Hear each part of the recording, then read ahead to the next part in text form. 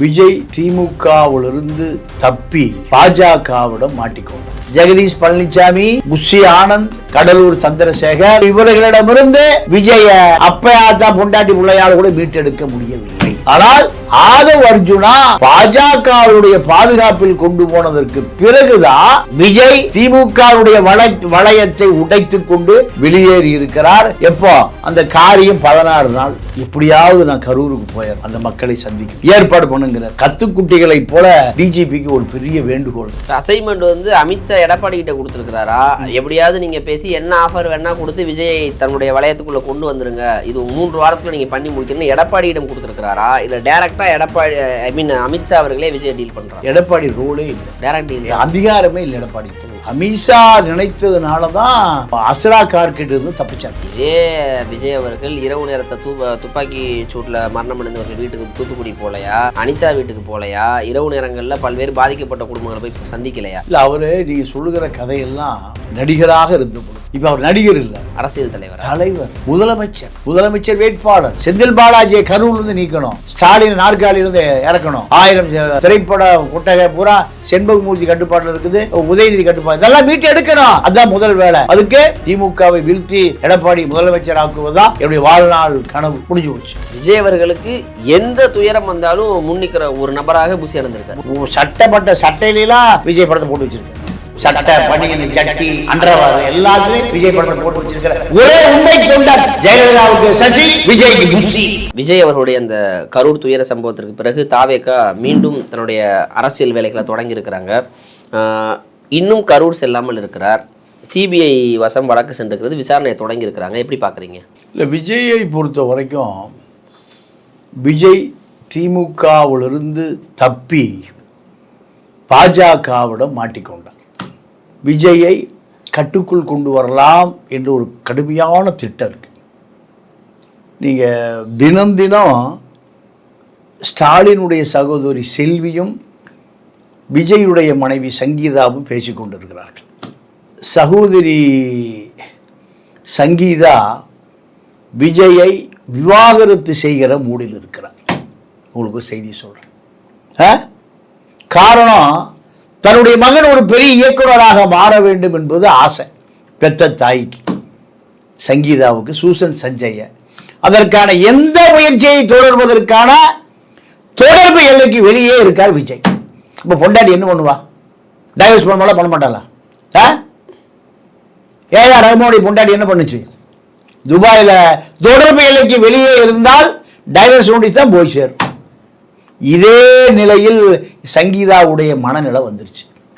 செல்விதா அவசரப்பட்டுறாத, சங்கீதா அவசரப்பட்டு விடாத, திருந்துவதற்கு வாய்ப்பு இருக்கு. ஜெகதீஷ் பழனிசாமி, புஷி ஆனந்த், கடலூர் சந்திரசேகர் இவர்களிடமிருந்து விஜய அப்பயாத்தா பொண்டாட்டி பிள்ளையால் கூட மீட்டெடுக்க முடியவில்லை. ஆனால் ஆதவ் அர்ஜுனா பாஜகவுடைய பாதுகாப்பில் கொண்டு போனதற்கு பிறகுதான் விஜய் திமுகவுடைய வளையத்தை உடைத்துக் கொண்டு வெளியேறி இருக்கிறார். எப்போ அந்த காரியம் 16 நாள். தமிழர் மரணம் அடைந்தால் 16 நாள் சோகம்தான். 16வது நாள் கழித்த பிறகுதான் வெளியேறுவா. அதே போல வெளியேறி இருக்கார். வெளியேறி என்ன சொல்றாருன்னா, இப்போ எப்படியாவது நான் கரூருக்கு போயிடணும், அந்த மக்களை சந்திக்கணும், ஏற்பாடு பண்ணுங்கிறார். கத்துக்குட்டிகளை போல டிஜிபிக்கு ஒரு பெரிய வேண்டுகோள். பல கட்டுப்பாடுகள் அப்போ முதலமைச்சருக்கே அது கிடைக்காது, பிரதமருக்கு வேண்டுமானாலும் கிடைக்கும். பிரதமர் குடியரசுத் தலைவர் 2 பேரும் கிடைக்கும். அந்த டிமாண்ட விஜய் போடுறார். அப்போ போகவே முடியாது. மண்டபங்கள் பூரா அங்க விஜய்க்கு கொடுக்க தயார மாட்டாங்க. கல்லூரி ஆடிட்டோரியம் தரமாட்டாங்க. நீங்க அங்க அவரோடு இருக்கக்கூடிய ஐஆர்எஸ் அதிகாரி அருண்ராஜ், அந்த கொங்கு வேளாண் சமூகத்தை சேர்ந்தவர், அங்க போய் எல்லா சமூகத்தை ஒருங்கிணைக்கிறார். எப்ப அவர் மண்டபம் கொடுங்கப்பா, காலேஜ் கொடுங்கப்பா, இல்லைன்னா ஒரு 10 ஏக்கர் இடத்தை கொடுங்கப்பா, செட்டு போடுறதுக்கு தலைவரிக்க ஓடுறான். செட்டை போட்டினா எங்களை செட்டை போட்டுருவானுங்க. ஒரு 10 ஏக்கர் இடத்த வாங்கிருங்க பேசாம. ஆ பேசாம வாங்கி போட்டுருங்க. ஒரு ஊருக்கு ஒரு 10 ஏக்கர் வச்சீங்கன்னா உங்களுக்குனே ஒரு 10 ஏக்கர் இருந்துரும்ல. நீங்க போறது கூட்டம் போறதுக்கு எல்லாத்துக்கும் பயன்பட்டுரும்ல, பிரச்சனை இல்லைல்ல. இது உங்க ஆலோசனை நல்ல ஆலோசனை. விஜய் எழுதி அனுப்புங்க, பார்த்துருவார். அப்போ அருண்ராஜ் இது போன்ற எந்த முயற்சிகளுக்கு அங்க பலனே இல்லை, கிடைக்கல. இதன் பிறகு நீங்க ஜேபிஆர் வேற சாராயம் வித்துக்கொண்டு வடசென்னையில் படுத்து கிடந்த ரிக்ஷாவாலா ஜேபிஆர் இன்னைக்கு ஒரு பெரிய கல்வி தந்தை. அவருடைய பேரன் வில்சன் டி நகர் தொகுதி எம்எல்ஏ ஆக போறார்.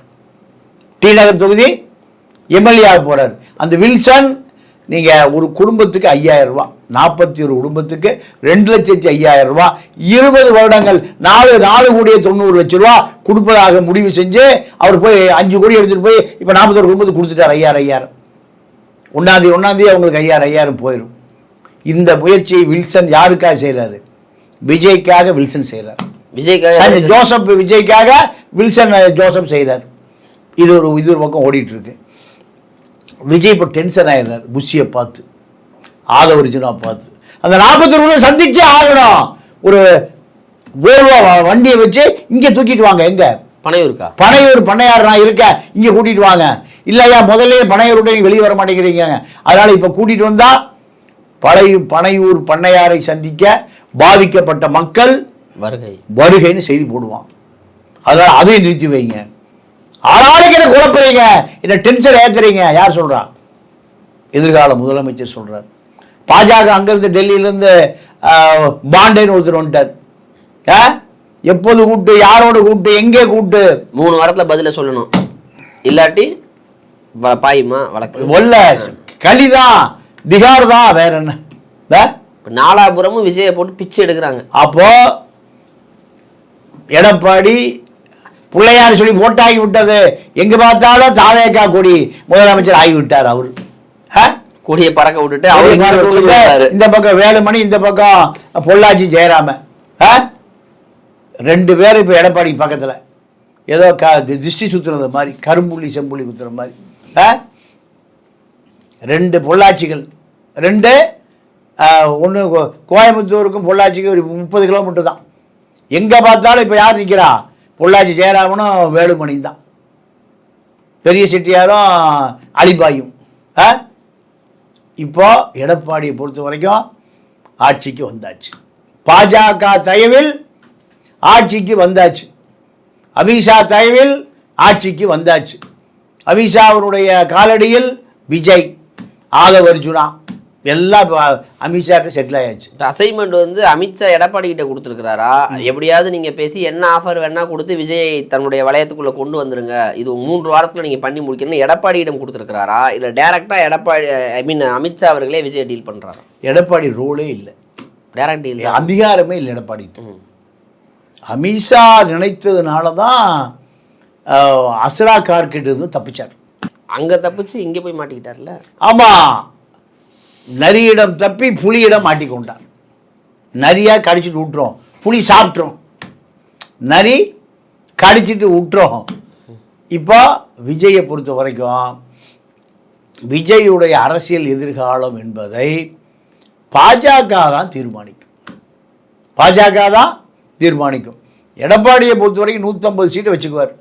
அவருக்கு 118 கனவு நம்பர், 150 வச்சுட்டு 84 கொடுத்துருவார். இப்போ டெல்லி பிரதிநிதியான பாண்டேன்னு ஒரு மத்திய அமைச்சர் அன்புமணி போய் பார்த்தார். இந்த கூட்டணியில் நீங்கள் வர்றீங்க உறுதி, பாஜக இந்த கூட்டணிக்கு தலைமை தாங்கும், என்டிஏ கூட்டணி. இப்போ அவர் போன வாரம் யாரை பார்த்தாரு? எடப்பாடியை பார்த்தார். இந்த வாரம் அன்புமணியை பார்த்தார். எப்போ விஜயை பார்க்க போகிறார்? இதுதான் கேள்வி. விஜய் அமித்ஷாவை பார்க்குறாரா இல்லை பாண்டே விஜயை பார்க்குறாரா? இந்த செய்தி ஓடிட்டுருக்கு. இதுக்கு நடுவில் விஜய் இன்னும் கரூர் கவலையை அவரை விட்டு விலகலை. தீபாவளிக்குள் அந்த மக்கள்லாம் பார்த்துடணும். 20 லட்சம் ரூபா காசோலையை அவங்களுக்கு கொடுத்துடணும். அதுக்கு வாய்ப்பு இல்லை, இன்னும் 1 நாள் தான் இருக்குது. அதில் எங்கே முடியும்? இப்போ எந்த ஒரு பிளானும் இல்லை. ஆல்மோஸ்ட் தீபாவளி நாளில் தான் இருக்கிறோம். அப்படி இருக்கும்பொழுது அதற்கான வாய்ப்பு இல்லை. கடைசி நேரத்தில் 41 குடும்பமும் சென்னை வந்து சேருவது பெரிய விஷயம் இல்லையே. அது முறை இல்லையா? பாதிக்கப்பட்டவங்களை நேரில் போய் சந்திச்சாதானே அது இல்லை. இந்த அரசியலே அழுத்தம் கொடுக்கறது, பாதுகாப்பு கொடுக்க மாட்டேங்குது. மறுபடியும் 5 லட்சம் பேர் கூடுவான். இதே விஜய் அவர்கள் இரவு நேரத்தை துப்பாக்கி சூட்டில் மரணம் அடைந்தவர்கள் வீட்டுக்கு தூத்துக்குடி போகலையா, அனிதா வீட்டுக்கு போகலையா, இரவு நேரங்களில் பல்வேறு பாதிக்கப்பட்ட குடும்பங்களை போய் சந்திக்கலையா? அப்போ விஜய் வருகிறாருங்கிற செய்தி அனைத்து தளங்கள்லையும் வரக்கூடிய ஒரு நிகழ்வாக மாறும்போது தான் அந்த கூட்டம் வர்றாங்க. விஜய் வருவது தெரியாமல் சந்திக்கிறதுக்கான வாய்ப்புகள்லாம் இருக்குங்க ஐயா. அப்போ இரவு நேரத்தில் இன்ஃபார்ம் பண்ணிட்டு சம்மந்தப்பட்டவர்களை மட்டும் தொடர்பு கொண்டு சென்று பார்க்குறதுங்கிறதெல்லாம் முடியுமே ஐயா? இல்லை, அவர் நீங்கள் சொல்லுகிற கதையெல்லாம் நடிகராக இருந்த பொழுது. இப்போ அவர் நடிகர் இல்லை, அவர் அரசியல் தலைவர், முதலமைச்சர் வேட்பாளர். நீங்கள் சொல்லுகிறது தலைவா பட கதாநாயகன், கில்லி பட கதாநாயகன், நீங்கள் சொல்கிறதெல்லாம். இப்போ அவர் அப்படி இல்லை. குஷி படத்தினுடைய கதாநாயகன் நீங்கள் சொல்கிறீங்க. டாடி மம்மி வீட்டில் இல்லை, தடை போட ஆளே இல்லை, பேட் இருக்கு, பால் இருக்கு, விளையாடலாம், கிரவுண்ட் இருக்கு, அந்த நடிகர் வேறு. இப்போ தலைவர் காரல் மார்க்ஸ், ஏங்கல்ஸ், பெரியார், அஞ்சலை அம்மாள் இவர்களோடு இணைத்து பேசுகிற தலைவர். கேரவன் வேனு, அதுக்குள்ள சதுரங்க படத்தினுடைய டைரக்டர் வினோத் உள்ள ஒளிஞ்சு கேமராவில் படம் எடுத்துட்டு இருக்காரு. 27 ட்ரோன் பறக்குது, 27 கேமரா. இதெல்லாம் எங்க அசலாக்கார் தேடிட்டு இருக்காரு. அசலாக்கார்கிடம் வந்து தற்காலிகமாக தப்பிக்கப்பட்டிருக்கிறார். மதியழக 2 நாள் எல்லா ஸ்டேட்மெண்ட் கொடுத்துட்டார். மதியழக 2 நாளில் 2 தட்டில் என்ன நடந்து எல்லாம் சொல்லிட்டார். இதெல்லாம் சிபிஐ வசம் ஒப்படைக்கப்பட்டிருக்கு.